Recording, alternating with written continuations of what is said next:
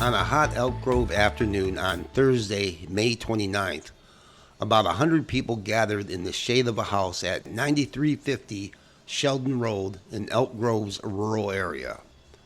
The gathering was to hear and participate in an information session on a high-density senior housing project known as the Summer Villas. I'm Dan Galrity. On this edition of Elk Grove News Podcast, we'll hear some of the comments from the project managers and the participants. The entire session was recorded, but with the wind and lack of suitable audio by the event organizers, the quality was less than desirable. Nonetheless, we have some audio clips that provide a flavor of the meeting. We'll start with the opening comments by the meeting coordinator, Mikey Houthie. My name is Mikey Houthie. I'm conducting community outreach on behalf of this proposed project. Appreciate you coming out, especially on a warmer day, but fortunately the weather has been a little bit kinder to us. Before I get started, I want to introduce some of the folks involved with this project. We have Guy Colwani and Brian Wilson. They are the project developers. Matt Kiesling here is our land use attorney, and then Tim is with Wood Rogers, who's the senior engineer on the project.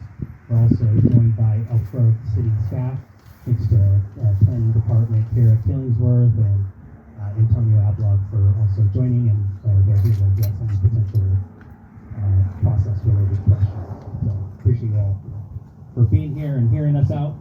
This is the first developer-led public outreach meetings. I see a lot of familiar faces. I think I probably saw some of you at the two MLP meetings at City Hall. We wanted to do this one on site, just so you could kind of get a sense of where everything is at. And, there's going to be other opportunities for public comment at planning commission level, at city council, and I'm sure that there might be even some other public opportunities as well. So the purpose for us here is to really hear from you all. We want comments, feedback, and I'm sure we're going to get lots of it. But overall, just to take a 2,000-foot view of what we're looking at for this project, it sits on about 116 acres.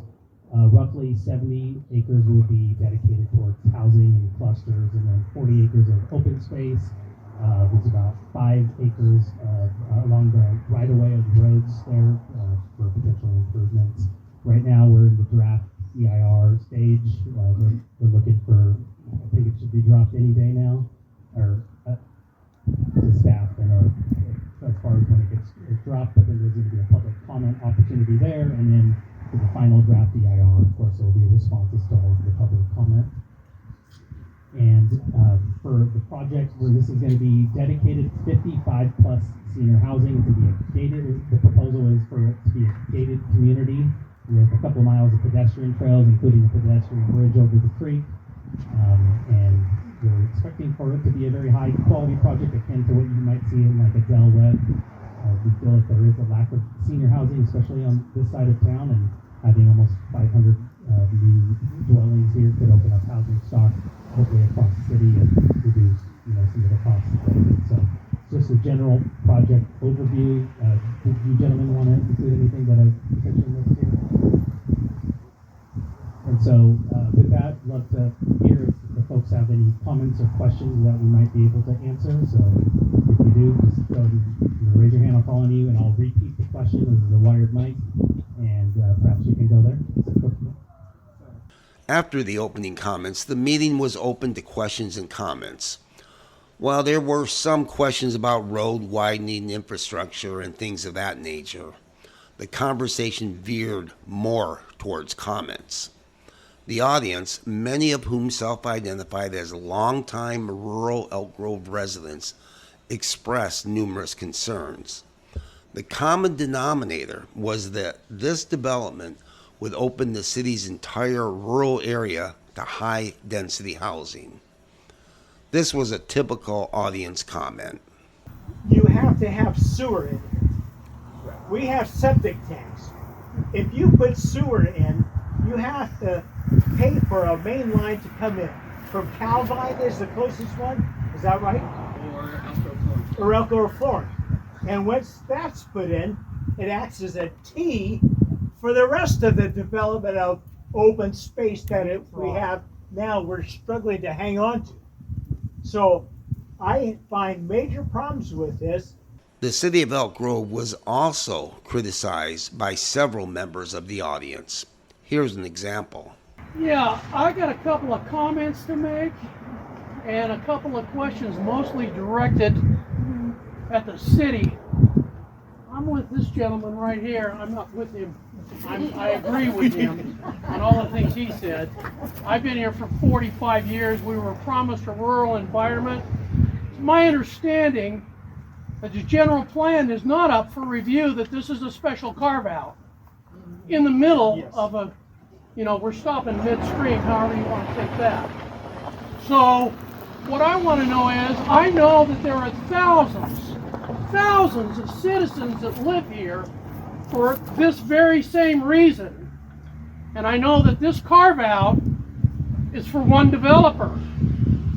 So you people at the city are ignoring the thousands of people that came here to live in a rural environment in order to facilitate one developer.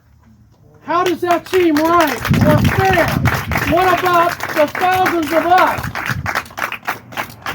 Attempting to address that concern and defend the developer was attorney Matt Kiesling. Here's what Kiesling had to say. I would like you all to know too that the city did not encourage us to come in with this application. Right? We didn't. And the city knows that this requires a general plan amendment, and it's made it very clear to us that this is going to require a modification of the general plan that they just put in place. So don't get mad at the city just yet. The city has been very clear to us that proceed at our own risk. We're proceeding at our own risk. The city has not in any way come out and said they're supportive of this. But as Mikey was saying, as a private property owner, we do have a right to submit an application, and the city is obligated to process that application. Right now, that's all that's happening. Another speaker took direct aim at the project developer. So your development isn't really needed out here. We have 125 lots coming right over here in Elliott Springs. Another gated community for seniors. That's number one. Number two, Mr. Kalani bought this land knowing what the zone was. He should be required to build to the existing zone. What makes him think that he can come in here and change our way of life to make more money? He knew what it was. If he wants to build AR2 here, let him build it. Don't come into the area. Don't let him come into the area that we worked so hard on to get special privileges, if you will. No sidewalks, no gutter. You gotta have sewer, septic. He works hard on this.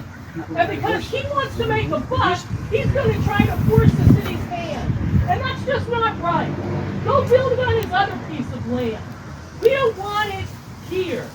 And the same 3,000 people that Connie was talking about that reared their ugly heads to stop Walmart, I believe we can get those same people to come to a meeting and rear their ugly heads.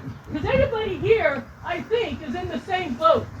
We don't want this in our rural land. Because you take this corner of the rural land, and next month it'll be another corner of the rural land. And some other developer will want to do what you want to do. And soon our rural piece of land will be gone. So he has other pieces of land. Build it somewhere else. Right on. While most speakers had a defiant tone toward the developer and the city of Elk Grove, there were a few, like this speaker, who expressed concern that the development will be dire for Elk Grove's rural area. This is the death of the rural areas. And, as far as wanting to live here, hell no, I'm moving out. I don't want to live in something that I didn't buy and invest in. I will invest someplace else. As the hour-plus meeting wound down, the views of the audience were best summed up by this speaker. Yeah, this is a cool little party you had here, and everybody got to blow off their steam. So I know that's the objective. So we'll just go away. So I'm telling you, there's more of us. and we're not even pissed yet.